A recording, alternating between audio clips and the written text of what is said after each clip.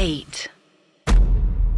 अर्श 8th century से 13th century के दरमियान इस टाइम को इस्लाम का गोल्डन एरा बोला जाता है हिस्ट्री में जी। और इसी दौरान एक राइटर पैदा हुए थे, पॉलीमैथ एक्चुअली, वो काफी चीजों को आपके बारे में जानते थे। उनका नाम था अल जाहिज। तो अल जाहिज ने एक्सटेंसिवली अरब के बारे में लिखा है, सऊदी अरब के बारे में, उस टाइम के जो उनके यहाँ पे हालात थे, ट्राइब्स थे, सोशल इकोनॉमिक स्ट्रक्चर था। उस दौरान में एक ट्राइब हुआ करती थी बदावी। बदावी एक नोमैडिक लोग थे जो कि डेजर्ट वगैरह में टहला करते थे, घुमा करते थे जी। और बदावी लोगों का मानना ये था कि अगर आप उस रेगिस्तान में भटक जाते हैं तो अल्लाह के जो मैसेंजर्स होते हैं या आप कह ले जो फरिश्ते होते हैं वो आपको आपके कान पे आके इशारे से आपको गाइड करते हैं। बेसिकली जो हवा में आता है ना, साए साए होता है, जो उसको क्या बोलते हैं यार, जो एक एको साउंड जैसा होता है हवा का, तो उसमें जो है वो अल्लाह के मैसेंजर्स आपको गाइड करने की कोशिश करती है, उनका मानना था, जिसको बाद में अल मसूदी ने भी अपनी किताब में इंक्लूड किया। उसका नाम दिया गया हातिफ। यहाँ से हातिफ के, अगर आप इसको मिथ बोलना चाहेंगे तो मिथ सही, लेकिन एक टर्म की इजाद हुई जिसको हातिफ बोला जाता है जी। और बोला ये जाता है कि हातिफ बेसिकली एक एंटिटी की आवाज होती है जो आपको गाइड करती है। अब वो सही गाइड करती है, गलत गाइड करती है, ये कहना मुश्किल है, बट ऐसा कुछ होता है। तो अर्श, क्या आपने कभी ऐसा पैरानॉर्मल एक्टिविटीज या रिसर्च के दौरान इंडिया के अंदर हातिफ इस शब्द का कई इस्तेमाल देखा है? हातिफ का इस्तेमाल बहुत बार हुआ है राहुल, और बहुत सारे ऐसे मौलानाज होते हैं जो ये इसका इस्तेमाल करते हैं एक सर्टेन पॉइंट ऑफ टाइम पर, जब उन्हें लगता है कि कोई ऐसी एंटिटी है, कोई जिन है या फिर कुछ ऐसा है जिसे वो पहचान नहीं पा रहे हैं, तब वो उसका नाम हातिफ दे देते हैं। हातिफ भी एक तरीके से है और उसको खातिब भी बोलते हैं। मतलब उसको क्या बोलते हैं? खातिब, वो के से नाम शुरू होता है उसका। अब लेकिन कौन से आप रीजन पे है वो दिक्कत करता है। सबसे ज्यादा जरूरी ये होता है कि आप जिस मौलाना से मिल रहे हैं वो किस तरह से उनको समझ रहा है। बहुत सारे ऐसे लोग होते हैं जो उनको जिन मानते हैं राहुल, हातिफ को। जी। हातिफ बेसिकली सिर्फ एक आवाज होती है या फिर जो भी एंटिटीज की आवाज या जो एक मैसेज होता है उसको हातिफ बोला जाता है? अब ये अलग अलग तरीके से मानना है। खातिब को क्या बोलते थे, मैं आपको खातिब की बात बताता हूँ। जब मौलाना जी से पूछा जाता है ना कि ये कौन होते हैं, तो वो कहते हैं कि नाम नहीं लिया जाता इनका, क्योंकि तुम नाम ले लोगे तो ये हमेशा के लिए तुमको पोजेस कर लेंगे। ऐसा कहा जाता है तुम जिंदगी भर के लिए इनके गुलाम बन जाओगे।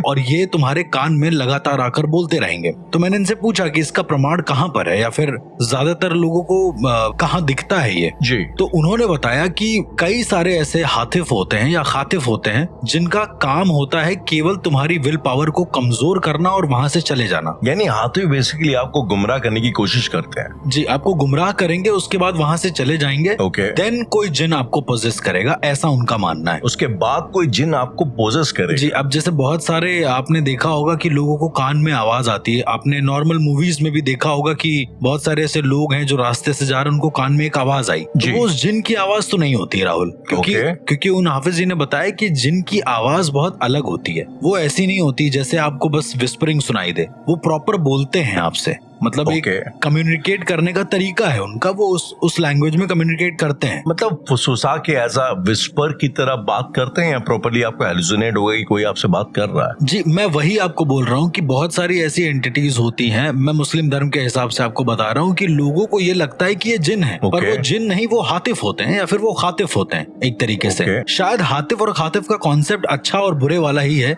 जो आप बता रहे थे मुझे, और हाँ हो सकता है। तो उनका ये कहना था उन हाफिज जी का कि जो खातिफ होते हैं वो क्या करते हैं, तुम्हारे कान में आके कुछ बोलेंगे, तुमको थोड़ा सा गुमराह करेंगे ताकि तुम्हारी जो नजर है वो सीधा चली जाए जिन्नों की कब्र पे या जिन पर, किसी भी जिन पर। तो उनका ये मानना है कि तुम्हारी इच्छा शक्ति को कमजोर करके और तुम्हारी देखने की शक्ति को इतना इम्प्रूव कर देते हैं वो लोग कि तुम अपने आप जिन्नों को देखने लगते हो, और द मोमेंट आप जिन्नों को देखते हैं, जिन्नों को ऐसा लगता है कि आप उनकी दुनिया में इंटरफेयर कर रहे हैं। तो हातिफ इतने खतरनाक होते हैं। इट्स जस्ट लाइक, मैं अगर आपको नॉर्मल लैंग्वेज के हिसाब से बता दूं कि जो हातिफ होते हैं वो आपको शायद एक ऐसे डायमेंशन में कुछ देर के लिए डाल दें जहाँ की आत्माएं आपको देखकर परेशान हो जाएं और वो आप पर अटैक करने की कोशिश करें, कुछ ऐसा।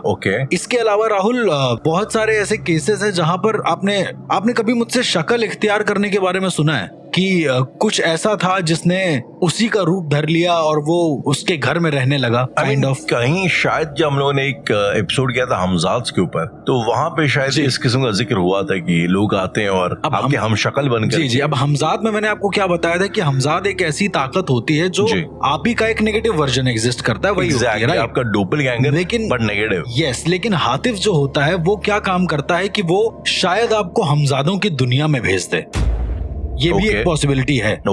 अब राहुल मैं आपको एक किस्सा बताना चाहूंगा जिसमें एक घर में हातिफ का साया था बेसिकली। अब हातिफ का साया नहीं कह सकते हो आप, क्योंकि आप इनडायरेक्टली उसे जिन्नों का साया कहोगे, लेकिन जिन भी अपनी मर्जी से नहीं गए, मेरा ये मानना है। उदाहरण के तौर पे उस घर में जो आदमी था वो एक रास्ते से जा रहा था यूं ही, अचानक से क्या हुआ कि अब मैं हातिफ को कोई ऐसी एंटिटी नहीं कहूंगा कि उसका कोई शेप होता है या कुछ होता है, क्योंकि उसकी सिर्फ आवाज का ही जिक्र है। आज तक जितनी भी चीजें सामने आई हैं कहीं पर भी उसके रियल स्वरूप का जिक्र नहीं है राहुल। तो उसको शायद हातिफ ने इतना डगमगाया होगा या इस तरीके से उसके कान में बोला होगा कि वो जो इंसान था वो सीधे जाने की बजाय सीधा कहीं और चला गया, मतलब वो सीधा जिन्नों की कब्र के पास चला गया। जिन्नों की कब्र के पास चला गया, एग्जैक्टली, कब्रिस्तान चला गया, कब्रिस्तान चला गया और उसने वहां पर पेशाब कर दी। मुझे लगता है एक बड़े गुनाहों में से इसको भी माना जाता है कि अगर आप कब्रिस्तान में जाके जी बिल्कुल। और सबसे बड़ी बात यह है कि वो एक जिन की कब्र थी राहुल। जिन्नों की कब्र भी होती हैं, अगर आपको नहीं पता है तो आप कानपुर आकर जाजमऊ आए और वहां पर मैं आपको दिखाऊंगा जरूर। जिन्नों की कब्र, जी उनकी भी कब्रें होती हैं। तो उनकी कब्र के ऊपर ऐसा कर दिया और जैसे ही उसने ऐसा करा वो आवाज उसके कान से चली गई और वो एकदम कंफ्यूज हो गया कि वो इस रास्ते आया कैसे। उसको बस इतना याद था कि उसको किसी की आवाज आई और आवाज सुनने के बाद वो सीधा का सीधा यहाँ आ गया, उसको इससे आगे का कुछ भी नहीं याद था। अब चूंकि राहुल कहा जाता है कि यदि आप जिन्नों की कब्र के साथ कुछ ऐसा करते हैं तो वो बदला जरूर लेते हैं किसी न किसी वे में। तो हुआ ये कि उसके बाद वो इंसान अपने घर गया और अपने घर में सो गया जाके। सुबह जब उठता है वो तो क्या देखता है कि उसने अपने ही पैंट में वॉशरूम कर रखा है और वहीं पर उसने अपने नित्य कर्म कर रखे हैं जो भी सुबह के वर्क होते हैं फ्रेश होने वाले। ठीक है, वो देखकर बहुत घबरा जाता है और बेड से उठ भी नहीं पाता है बहुत देर तक। शायद उसको कुछ पैरालिसिस टाइप का हुआ था। जब उनकी अम्मी आती हैं, अच्छा उनकी अम्मी जो होती है वो सुबह सुबह वो जो घर में धुआं देते हैं लोबान का प्रॉपर, तो वो दे रही होती है। जैसे ही वो आके उसको देती है वो उठ के खड़ा हो जाता है और कहता है कि मम्मी मैंने देखो ये क्या कर दिया, कितना गलत कर दिया। तो उनकी अम्मी कहती है बेटा ये तो बहुत गलत चीज है, ये तो ऐसे तो नहीं होना चाहिए, आपने मतलब ये क्यों करा इतने बड़े होने के बावजूद भी। तो उसने बोला कि अम्मी मुझको पता था कि मैं कर रहा हूँ लेकिन मैं फिर भी करता जा रहा था। कुछ एक ऐसी आवाज थी जो मेरे कान में लगातार आ रही थी कि मुझसे कुछ कहलवा रही थी कि मैं करूं या करूं। ये जो आवाजें आ रही थी यश, ये मतलब अगर मैं आपसे पूछूं एक्सपीरियंशियली ये मतलब कैसा था? जैसे कि जो फिल्मों में दिखाते हैं कि एक चैंटिंग जैसा होता है या फिर लगता है कि जैसे फुसफुसाना होता है ना, फुसफुसाना, ठीक वैसे ही उसको वो आवाज आ रही थी। अच्छा उस इंसान को ये नहीं पता चल रहा था कि उसको करना क्या है, मतलब जैसे वो आवाज को सुनता था तो उस पर फोकस करने लगता था। मीनवाइल उसकी जो बॉडी थी वो पूरी की पूरी क्या कर रही उसको खुद भी अंदाजा नहीं था। नाउ अब उसकी मम्मी ने उसको बोला कि आप दरूद शरीफ पढ़ें, ये सारी चीजें करें, क्योंकि मुस्लिम फैमिली में होता है यदि कभी कोई डर लगता है तो आप चारों कुल और आयतल कुर्सी पढ़ें, आप अपने ऊपर दम कर लें, ठीक हो जाएगा उससे। उसने वो चीज करी। अच्छा राहुल, इसने आयतल कुर्सी पढ़ते हुए कुछ और फुसफुसाना शुरू कर दिया। बड़ी अजीब सी हरकत करी उसने कि घर के सारे लोग बैठ के नमाज अता कर रहे थे। ये गया जितने भी मेल थे उनके पास, उनके कान में जाके कुछ फुसफुसाने लगा। और जब जो कि एक बहुत ही बेकार हरकत है, क्योंकि यदि मुस्लिम धर्म के हिसाब से यदि कोई नमाज अता कर रहा है तो उसको शांति से अता कर लेने देना चाहिए। ऐसा कहा जाता है कि यदि उसमें कोई उसको टोकता है ऐसे इंसानों को तो जो फरिश्ते हैं वो नाराज हो जाते हैं उनके हिसाब से। लेकिन फिर भी ये इंसान क्या करता था, ये जा जाके बार बार खुसफुसाने लगता था कुछ ऐसा करके। अच्छा अब रमजान का समय आया राहुल, और कहा जाता है जो हातिफ या खातिफ होते हैं वो रमजान के समय बहुत एक्टिव हो जाते हैं यदि इंसान कोई गलत तरीके से रह रहा है। एक तरीके मैंने सुना है कि रमजान के टाइम में ये जो शैतान होता है वो शायद छुट्टी पे चला जाता है, छुप जाता है कहीं पे। एग्जैक्टली, छुट्टी पे चला जाता है। लेकिन राहुल, छुट्टी पर जाने का मतलब ये होता है राहुल कि आप पूरी तरीके से वजू होते हैं, एकदम प्योर होते हैं। जिनको नहीं पता वजू होने का मतलब, वो ये होता है कि प्रॉपर अपने हाथ पैर धुल के प्योर होते हैं, क्लीन होते हैं एक तरीके से। लेकिन इसका अपवित्र होने का उर्दू है मकरू होना, जस्ट फन फैक्ट। तो जो भी लोग अपवित्र होते हैं, मैं आपको ऐसे जैसे बता दूं कि यदि कोई नहा नहीं रहा है या फिर जिस घर में प्रॉपर 5 वक्त की नमाज हो रही है उसमें कोई एक ऐसा इंसान जो ये काम नहीं कर रहा है, जो एकदम अलग तरीके से रह रहा है, तो ऐसा भी कहते हैं कि जो शैतान होता है वो उसका शरीर तलाशता है, वो उसको ढूंढता है एक तरीके से। तो ऐसे मोमेंट पर हातिफ का या फिर खातिफ का आना बहुत लाजमी हो जाता है कि वो आते ही आते हैं, क्योंकि आपको भटकाने के लिए वो आएंगे एंड द मोमेंट आप भटकेंगे आपके ऊपर किसी शैतान का साया लग जाएगा, ऐसा कहा जाता है। नाउ राहुल, रमजान आया और उसके बाद इस इंसान ने रोजे रखने शुरू किए। रोजे के करीबन 5-6 दिन के बाद इसने क्या काम किया कि रोजा रखा, सहरी वगैरह करी। तो सहरी क्या होता है कि सुबह के टाइम पे कुछ अपना खा पी के फिर आपका रोजा शुरू हो जाता है। तो इसने वैसा करा और सहरी के बाद जब ये उठा तो ये फिर से खाने लगा जो घर में सामान रखा था। अच्छा, इसने किसी को बताया नहीं कि ये खा रहा है, मतलब ये रोजा था भी और नहीं भी था एक तरीके से। उसके बाद शाम हो गई, शाम होते होते इसने न जाने क्या क्या खा लिया था। शाम को जब रोजा अफ्तारी का समय हुआ, जैसे ही वो रोजा खोलने का समय आया राहुल, उसके मुंह से उल्टी हो गई बहुत ज्यादा, मतलब वो उसको सह ही नहीं पा रहा था, उसकी जो बॉडी थी वो उसको सह नहीं पा रहा था। उससे पूछा गया कि तुमने दिन भर में कुछ खाया? तो उसने कहा नहीं, मैंने कुछ नहीं खाया। 2-3 दिन तो चल गया, लेकिन चौथे दिन भी जब उसको अफ्तारी के समय उल्टी हुई तो उसे एक मौलाना साहब को दिखाया गया। तो मौलाना साहब ने ये कहा कि तुम बेटा दिन में कुछ खा रहे हो, इस वजह से हो रहा है। लेकिन इस आदमी का तो साफ साफ कहना था कि मुझे नहीं पता, मेरे कान में बस कुछ आवाज आती है और मैं कुछ नहीं खाता हूँ। अब ये आवाज वाला कॉन्सेप्ट फिर से आ चुका था। तो मौलाना साहब ने कहा कि तुम एक काम करो, तुम ये तावीज बांधो। उसको एक तावीज दे दी और बोला कि ये बांध के जाओ, तुमको कुछ नहीं होगा। राहुल तावीज बांध कर गया है, वो फिर से वही चीज करने लगा है, अफ्तारी के समय उल्टी और ये सारी चीजें। तब मौलाना साहब ने ये बोला कि अब हम खुद आके देखेंगे कि घर में क्या दिक्कत है। वो आवाजें उसको बेसिकली क्या करने को बोलती थी, बोलती क्या थी? वो आवाजें शायद से उसको बोलती थी कि मतलब शायद उसको भ्रमित करती। राहुल, आप ऐसे समझिए कि कोई एक एको की साउंड है या फिर कोई एक डिस्टॉर्शन की साउंड है, वो कंटिन्यू आपके कान में आ रही है। आपको पता नहीं कि उसके अंदर की फ्रीक्वेंसी क्या कह रही है आपसे, लेकिन आप बिल्कुल पागलों की तरह रिएक्ट करोगे, राइट? तो लेट सपोज कभी वो किचन में खड़ा होता था तो डिस्टॉर्शंस के साउंड उसको आने लगते थे, और द मोमेंट उसको साउंड आते थे वो पागलों की तरह रिएक्ट करने लगता था। मतलब होता है ना कि इंसान पागल हो जाता है कि क्या हो रहा है मेरे साथ, ऐसा ऐसा करके, और उसी पागलपन में शायद वो बहुत ज्यादा खा जाता था। ऐसा भी होता था, मतलब उसके दिमाग में ऐसा एक मेंटल केओस टाइप का हो जाता था जी, जिससे बचने के लिए वो कुछ भी खाना शुरू कर देता था, कुछ भी करने लगता था। तो मौलाना साहब एक दिन आए और उन्होंने घर में बोला कि अगर कोई कैमरा है तो वो किचन की तरफ करो। अच्छा, रोजा एक ऐसी चीज है कि उसमें बिना खाए पिए आपको रहना पड़ता है। यदि आपने खा लिया तो रोजा टूट जाता है, ऐसा कहा जाता है, और शैतान यही चाहता है कि रोजा टूटे उनके हिसाब से। ठीक है, तो मौलाना साहब ने सिर्फ ये बोला कि किचन में जो कैमरा है उसको सेट कर दो। अब किचन में कैमरा सेट हुआ और उसके बाद अगेन वही, उस पर जब हातिफ सवार हुआ, जब उस पर हातिफ की जो आवाज थी वो बार बार आने लगी, तो इस इंसान ने क्या काम किया, ये एकदम पागलों की तरह रिएक्ट करने लगा और कैमरे में कैद था राहुल ये सब जी। और ठीक इसके बाद उसने जैसे ही मतलब खाने की तरफ हाथ बढ़ाया, वो एकदम नॉर्मल हो गया है और ऐसे खा रहा था जैसे वो पहली बार खाने को खा रहा है। देख भी उसको ऐसे ही रहा था। लेट सपोज रुमाली रोटी उसने कुछ उठाई तो उसको खा भी ऐसे रहा जैसे पहली बार उसको वो खा रहा हो, बिल्कुल अजीब तरीके से कि जैसे वो कोई इंसान हो ही ना। और ये सब होने के बाद वो अचानक से फिर से पागलों की तरह कान पकड़ता है, इधर उधर दौड़ता है और फिर बेहोश हो जाता है। ये कैमरे में कैद हुआ था।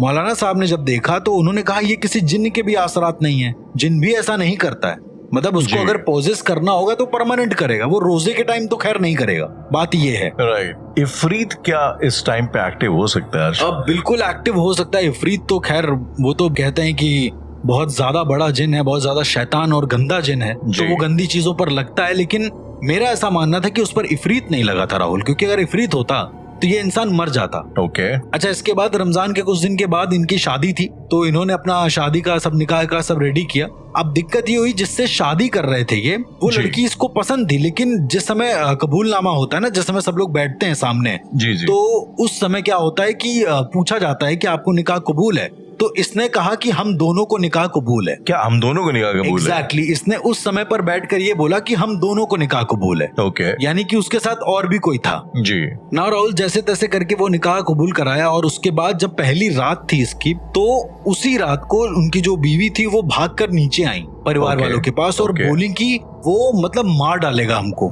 जब परिवार वालों ने पूछा कि क्या हुआ, तो परिवार वालों से इसने कहा कि उस आदमी ने, यानी कि उनके अपने शौहर ने उसके गले पर पैर रख दिया था और दबा दिया था अपने दोनों अंगूठों से। मतलब अंगूठे और उसकी उंगली के बीच में जितनी जगह होती है उससे उसके गले पर प्रेशर कर रहा था वो खड़े सुहागरात वाली रात पे। एग्जैक्टली और ये बहुत बहुत ही ज्यादा बेकार था। ओके। घर वाले भी इससे बहुत ज्यादा डर गए थे कि आखिरकार ये हो क्या रहा है। उसके बाद जब 2-3 मौलाना को और बुलाया गया तो उन्होंने कहा इस पर हातिफ का आसरात है। उन्होंने बोला इस पर हातिफ या हातिफ का आसरात है। आसरात मतलब पोजीशन है एक तरीके से। तो बहुत सारे घबरा गए लोग कि अब क्या करें। हमजाद लोग कुछ समझ रहे थे कि शायद हमजाद का साया होगा इसके ऊपर, कि वो भी तो एक नेगेटिव वो होता है ना, आपका वर्जन होता है। पर राहुल ऐसे में क्या होता है कि जो हमजाद है वो आपके सामने आ जाता है और आपका जो रियल सेल्फ है वो पीछे छुप जाता है। ओके। तो हातिफ का ये एक कह सकते हैं कि इम्पैक्ट होता है कि जैसे ही वो आपके कान में कुछ बोलता है तो आपकी वाइब्रेशनल एनर्जी इतनी चेंज हो जाती है कि आप नहीं रहते हो, कोई और बन जाते हो। लेकिन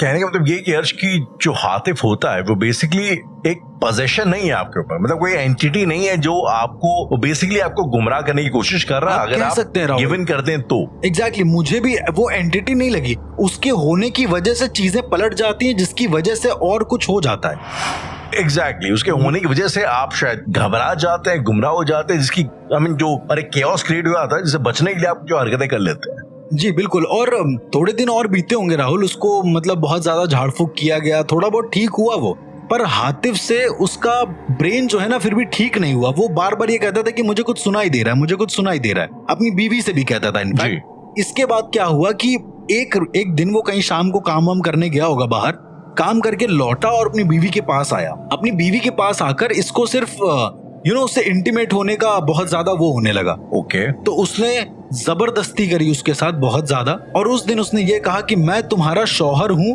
पर दूसरा, मैं तुम्हारा शौहर हूँ पर दूसरा शौहर हूँ। एग्जैक्टली। और वो लड़की समझ नहीं पाई कि आखिरकार ये दूसरा शौहर कौन है। नाउ जब घर वालों से उसने बात करी तो उनके घर में 2-3 बड़े लोग थे। उन्होंने कहा कि हमें लगता है हमें इनको ले जाना पड़ेगा किसी दरगाह शरीफ पर, जहाँ पर ये सब चीजें सही होती हैं। अच्छा, जब इसको दरगाह शरीफ ले जाया जा रहा था तो ये बार बार बोल रहा था कि मैं दूसरा शौहर हूँ, मुझे मत कुछ करो, असली जिसने गलत काम किया है उसके साथ कुछ करो। मतलब आप समझ रहे, एक आदमी जिसके अंदर 2 अलग अलग पैटर्न चल रहे हैं, आप उसे पैटर्न कह लें, आप उसे कुछ भी कह लें, एंटिटी कह लें कुछ, और वो खुद से ही लड़े जा रहा है बार बार। बात ये राहुल कि उससे पोजीशन से आप छुटकारा कैसे पाएंगे, क्योंकि हमजाद तो हमेशा साथ में ही रहता है ना कहीं ना कहीं। हमजाद चला गया, आपका नेगेटिव एंटिटी वर्जन चला गया, तो आप कुछ बचोगे नहीं। ये उन लोगों को नहीं समझ में आया। उन लोगों ने क्या काम किया कि सीधा मौलाना जी को दिखाया, और मौलाना जरा वापस बताएंगे, अगर हमजाद चला गया तो आपने क्या बोला? अगर हमजाद चला गया राहुल तो बात ये है कि आपका जो नेगेटिव एंटिटी वाला वर्जन है वो भी चला जाएगा आपके शरीर से। हमजाद लेकिन एक नेगेटिव एंटिटी ही होती है, राइट? जी, नेगेटिव एंटिटी होती है जो आपकी एंटिटीज, जो आपकी ऊर्जा है, नेगेटिव ऊर्जा, उनको बरकरार रखने में कारगर होती है। मैंने आपको पहले भी बताया, को कारगर मतलब बैलेंस में रखने के लिए बैलेंस रखती है वो।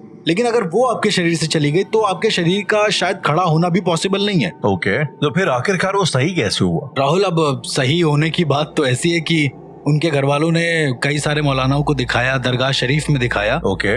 तब जाके वो निजामुद्दीन औलिया की दरगाह में सही हुआ। फिलहाल अब वहाँ के लोगों का कहना है कि अब उसको हातिफ की आवाज नहीं आती है, लेकिन उसकी उम्र हो गई है काफी, लेकिन अब उसे कभी कभी वो कहता है कि हातिफ सुनाई दे रहा है। कभी कभी कान में एकदम जैसे डिस्टॉर्शंस की आवाज होती है वैसा। अब आप इसे कान का बहरापन कह ले राहुल, या फिर कोई एक ऐसी एंटिटी जो सिर्फ सुनाई देती है, दिखाई नहीं। अर्श, यहाँ पे एक्चुअली मेरा एक सवाल है, and correct me if I am wrong. एक इजिप्शियन राइटर है अल इफ्शिही, और उन्होंने अपनी किताब है मुस्ततरफ, उसमें ये मेंशन किया है कि हातिफ जो होता है तो बेसिकली वो इफरीत के एक तरीके के गढ़ होते हैं, जो करने वाला होता है असल में इफरीत ही होता है। और इफरीत इस आई थिंक जिनों में शायद जैसे कैथोलिज्म में लूसीफर होता है, जो which is the highest order of demons, वैसे ही इस्लामिक फोकलोर्स में, इस्लामिक कल्चर में जो सबसे खतरनाक जो डीमन है वो इफरीत को माना गया है। इफरीत को इफरीत को माना गया है। उनके हिसाब से ये हातिफ जो होते हैं उनके गुलाम होते हैं। और जैसे कि लूसीफर का केस होता है कि अगर लूसीफर ही आप पे आ गया है तो आपको उसका एग्जॉर्सिज्म करना बड़ा मुश्किल होता है, नेक्स्ट टू इम्पॉसिबल होता है।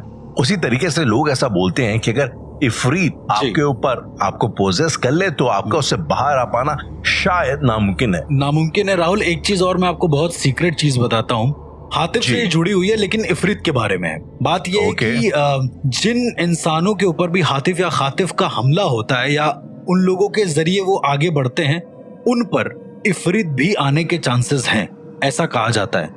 परी मूवी जो आई थी, शायद हम लोगों ने देखी होगी, हम सबने देखी है। परी मूवी आई थी राहुल। परी मूवी में एक कॉन्सेप्ट था जिसमें एक जिन होता है, वो किसी लेडी के साथ इंटीमेट होता है और उसके बाद वो अपने वंशजों को लाना चाहता है या फिर अपने आगे का वंश बढ़ाना चाहता है।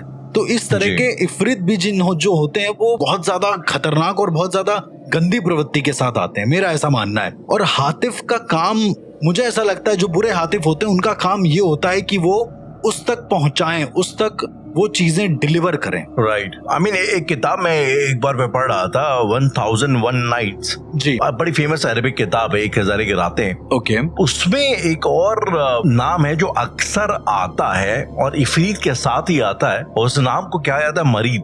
अब उसका प्रोनाउंसिएशन कैसे होता है, I am not very sure about that, लेकिन अब इसके बारे में कहा जाता है कि ये एक ऐसा इस किस्म का डेविल डीमन होता है जो चलते हैं हिंदी भाषा में प्रेत होता है। प्रेत, आई थिंक प्रेत से शायद थोड़ा एक बड़ा ही वर्ड होगा इसके लिए। बेसिकली इसका कुछ फीचर ऐसा होता है कि अगर ये आपकी लाइफ में आपका पास्ट और आपका फ्यूचर दोनों खराब कर सकता है। मतलब इसके लिए टाइम ऐसा कोई वो नहीं है, ये बियॉन्ड टाइम एक एंटिटी होता है, जैसे बेताल। एग्जैक्टली। सो बेताल की तरह इसका एक ये होता है। आई थिंक हो सकता है शायद वो सेम ही एंटिटी होगी, इसका अरबिक नाम ये होगा शायद से, क्योंकि ऊर्जाएं तो सेम ही होती है mostly. Exactly the way I think it, इसमें ऊर्जाएं अगर सेम ही है तो ये जो होता है मरीद, ये आपका फ्यूचर वगैरह जो है खराब कर सकता है, आपका पास्ट वगैरह खराब कर सकता है। I am not very sure इसका मतलब क्या है, लेकिन आई थॉट कि मैं आपसे पूछूंगा कि क्या आपने कभी इस मरीद, इस एंटिटी का नाम सुना है आपने? राहुल, मैंने इंडिया के अंदर वेरी ऑनेस्ट नहीं सुना है ऐसा नाम, लेकिन अभी आपके मुंह से सुना। इस तरह की एंटिटीज एग्जिस्ट तो करती हैं इस्लाम के अंदर, अब लेकिन उन एंटिटीज का नाम क्या है? देखिए,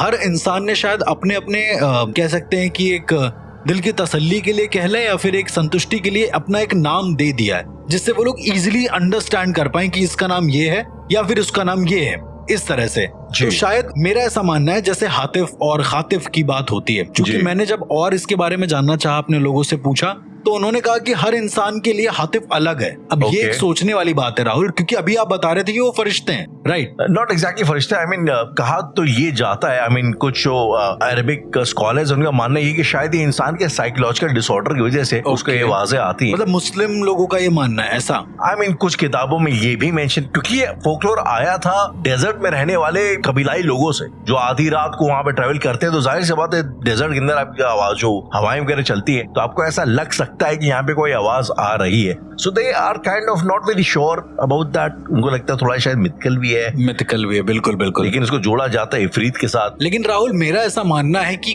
कुछ तो ऐसी एंटिटी जरूर होती होगी जो आपका दिमाग भटका देती होगी। अब लोग, बहुत सारे लोग हमारे में छलावा जैसे होता है, हमारे में छलावा जैसे होता है, भ्रम प्रेत जैसे होते हैं, बात ये है राहुल कि कोई इंसान यदि एक रोड से जा रहा है, अब चूंकि जैसे मैंने आपको अपनी एक दोस्त का केस बताया था जिसमें वो रोड से जा रही थी, उसने बियर की बोतल फेंक दी थी, जिन्हों की कब्र पे गिर गई थी जाके। लेकिन अब आप ये सोचिए ना कि इंसान का ऐसा मन क्यों करेगा कि वो कुछ फेंक दे। मेरा ऐसा मानना है कि जिन्नों के हावी होने से पहले या उनका पोजीशन होने से पहले जरूर एक ऐसी छोटी एंटिटी होती होगी जो भटकाती होगी। जैसे हम लोग भ्रम प्रेत जैसे अपने में बोलते हैं, छलावा बोलते हैं कि यार मेरा दिमाग पता नहीं कहाँ था और मैंने ये चीज कर दी और मैं पोजेस हो गया। लेट्स सपोज ऐसे आपके विल को कमजोर करने के लिए, आपके विल को कमजोर करने के लिए, डगमगाने के लिए। अब आप ऐसे आप सीधे जा रहे हैं, अचानक से आपका मूड बदला।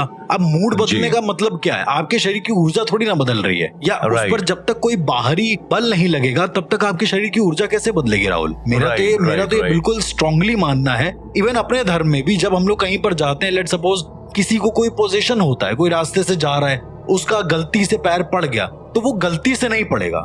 मेरा ऐसा मानना है कि कुछ ऊर्जाएं उसमें भी इंक्लूड होंगी, जो बाहरी ऊर्जाएं होंगी वो इंक्लूड होंगी उस लड़की का पैर उस पर पड़ने के लिए। मेरा ऐसा मानना है, कहीं ना कहीं ये हातिफ से मिलता जुलता लगता है सिनेरियो, क्योंकि हातिफ का काम जितना मुझे उन मौलाना जी ने बताया था वो यही था कि किसी भी इंसान के पोजीशन में सबसे पहला हाथ हातिफ का होता है। एक्चुअली ये बातें हो गई पैरानॉर्मल एंटिटीज को लेके, बट इसमें मेरा मानना ये है कि हमारे गांव में जब ये कहा जाता था कि जब पूस का महीना या फागुन का जब महीना होता है, बेसिकली जब स्प्रिंग सीजन जब होता है, जब सीजन चेंज हो रहा होता है, या जब बारिश आने से पहले का टाइम होता है, स्पेसिफिकली जब बादल घेर लिए होते हैं, तो उस टाइम पे हमारे गाँव में ये कहा जाता था कि प्रेत होते हैं, बड़े एक्टिव हो जाते हैं, और वो जो है आपको, अगर आपको रूटीन जैसे कि आपने ये इसके बारे हातिफ के बारे में बोला, हाँ, तो यार अगर आप कॉमन सेंस से सोचो तो आई थिंक वो टाइम ऐसा होता है यार कि अचानक से मौसम में चेंज आता है तो आपकी बॉडी के बड़ा जनरल रिएक्शन होता है उसकी तरफ, लाइक यू नो, या तो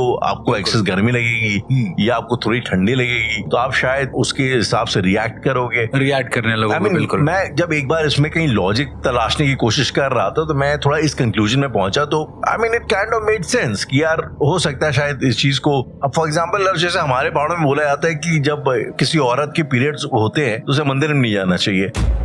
आज के टाइम में काफी लोग इसके खिलाफ होते हैं, बहुत लोग। लेकिन अब इसका लॉजिक जब मैंने एक बार बैठ के सोचा तो मैं समझा यार कि जिस जमाने में ये बातें जब कहीं जाती थी उस जमाने मंदिर होते थे जंगलों में, और खासतौर पर हमारे उत्तराखंड में, और अगर आप पीरियड में होते हैं तो यार आप बड़े इजिली किसी शेर या चीते के लिए डिटेक्टेबल होते हैं जी, और दूर से आपका जो है खून वगैरह सूंघ करके आप पे आके अटैक कर सकता है। So that was kind of made sense. तो पता नहीं क्यों अर्श मुझे काफी चीजें जो होती हैं जब एंटिटीज, अब हो सकता है शायद आपको एक कंट्रोल में रखने के लिए एंटिटीज का नाम दे दिया जाता है ताकि आप जो है थोड़ा घबरा के काम ना करो, may be it's like that. बहुत सारे लोग ऐसा करते हैं राहुल। अब जैसे अगर आप कभी मदरसे वगैरह में जाएंगे या फिर इस तरह से, जहाँ पर मैं जाता हूँ, मैं उसकी आपको बात बता रहा हूँ, कभी कभी मैं जाता हूँ जब मुझे मदद लेनी होती है उन मौलाना जी से, तो वो कहते हैं कि जरा धीमे बोलना वरना हातिफ तुम्हारे ऊपर हावी हो सकता है जी। ये वही वाला एक सिनेरियो कि हातिफ कोई आदमी, कोई शक्ल से दिखने वाला कोई ऐसा प्राणी तो नहीं हो सकता, कोई ऐसी ऊर्जा है, कोई ऐसी एक एनर्जी है जो बार बार आपका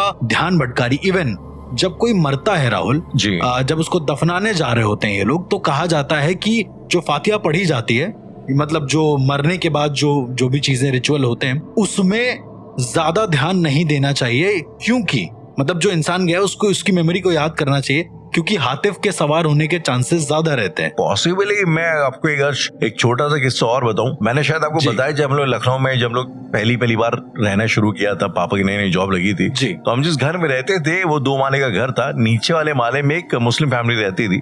हम उन्हें नाना जी बुलाते थे, उनके जो लड़के थे मेरी मम्मी को सिस्टर बुलाते थे, शिया मुस्लिम से वो लोग। और जो नानी थी, उनकी जो वाइफ थी, वो अक्सर में बोला करती थी कि अगर आप, जैसे हमें आदत थी पाँव पटक के चलने की, तो उनका ये कहना था कि अगर तुम ज्यादा पाँव पटक के चलोगे तो इस जमीन के नीचे जो जिन्नात है वो सोते हैं, तुम्हारा पाँव धड़ से दबोच लेंगे, वो जग जाएंगे और धड़ से दबोच लेंगे। और उस टाइम पे जो है मेरी हालत एकदम फाख्ता हो जाती है। ये क्या लॉजिक है, आप बच्चे डरा दे रहे बताओ। लेकिन बाद में जब आप बड़े होते हो ना, आपको उनकी बातों का एहसास होता है यार कि आपको समझ में आता है जमीन भी यार एक जिंदा चीज है, इट्स एन ऑर्गेनिक बीइंग। और दूसरी बात ये है कि यार आपको एक सलीके से चलने की एक सलाह है बेसिकली। अगर आप चल भी रहे हैं तो आप थोड़ा कायदे से चलिए, थोड़ा एक जेंटलमैन की तरह चलिए, गिरदर में चलिए, ना कि आप जाहिलों की तरह पांव पटक के चलिए। और शायद यही एक पॉइंट ये भी है कि आप जब रास्ते में कहीं जा रहे हैं, इधर उधर कहीं पेशाब ना करें, ये जिससे जिन जागृत ना हो जाए, तो इसका एक ये लॉजिक है कि भाई आप अपने घर में करें, वो आपको जगह दी गई है। कहने का मतलब ये है, हाँ, कायदे से एक सैनिटेशन मेंटेन करें, तो ऐसा भी बीमारी हो सकती है जी। तो राहुल मुझे ऐसा लगता है कि जो हातिफ और खातिफ का जो बहस है वो तो शायद जिंदगी भर चलती रहे, लेकिन यस, लाइफ में पहली बार जब मैंने इसके बारे में सुना था तो बड़ा इंटरेस्टिंग ख्याल आया था कि एक ऐसी एंटिटी भी एग्जिस्ट करती है जो सिर्फ सुनाई देती है, दिखाई नहीं। जैसे अक्सर जो फिल्मों में दिखाया जाता है, जो हॉरर फिल्मों में होता है, जो डेथली हैलोज होती है, जो एक बच्चों की चैंटिंग की आवाजें आती रहती है, बड़ा कॉमन एक प्रॉप है जो हर अगली म्यूजिक में इस्तेमाल किया जाता है जी। तो आई थिंक सो शायद उसका इंस्पिरेशन यहीं कहीं से आया है, हातिफ वगैरह से। जैसे हमारी फिल्म में दिखाया जाता है जो एक पायल की छन की आवाज आती है जी, सबसे पहले तो हमें आवाज को ही दिखाया जाता है, राइट? हाँ, वही सबसे पहले आवाज सुनाया जाता है जी। तो शायद इस सब का रिलेशन कहीं ना कहीं से सिर्फ एक ही तरह की उससे होगा कि शायद कोई स्टार्टिंग में एक ऐसी ऊर्जा होती होगी जो आपको कह सकते हैं कि विजुअल होती है एकदम से। एग्जैक्टली। अर्श, बात अगर हातिफ की हो रही है तो किसी जिन का भी यहाँ जिक्र करना बड़ा ऑब्वियस है जी। अर्श, मैंने सुना है कि कई बार जिन जो होते हैं, हालांकि नॉर्मली वो लोग आपको डराते हैं, खराब होते हैं, लेकिन कई बार कुछ जिन ऐसे भी होते हैं जो आपके जान माल की सुरक्षा करते हैं जी। इसके मतलब आपको कुछ आपकी कहते ना ख्वाहिशें वगैरह भी जो है आपकी पूरी कर देते हैं, आपको सामान दुनिया भर का ला के देते हैं जी। इनफैक्ट वो काफी ज्यादा पॉजिटिव भी हो जाते हैं आपके लिए। एग्जैक्टली। लेकिन राहुल, अगर मैं आपसे कहूँ कि सिर्फ जिन ही नहीं, बहुत सारी ऐसी अपने सनातन में भी कई सारी ऐसी एंटिटीज हैं जो हमें सुनने में डरावनी लगती हैं, पर वो सिर्फ हमारी ही नहीं बल्कि पूरे एक गांव की रक्षा करती हैं। डू यू वांट टू से गार्जियन एंटिटीज? एग्जैक्टली।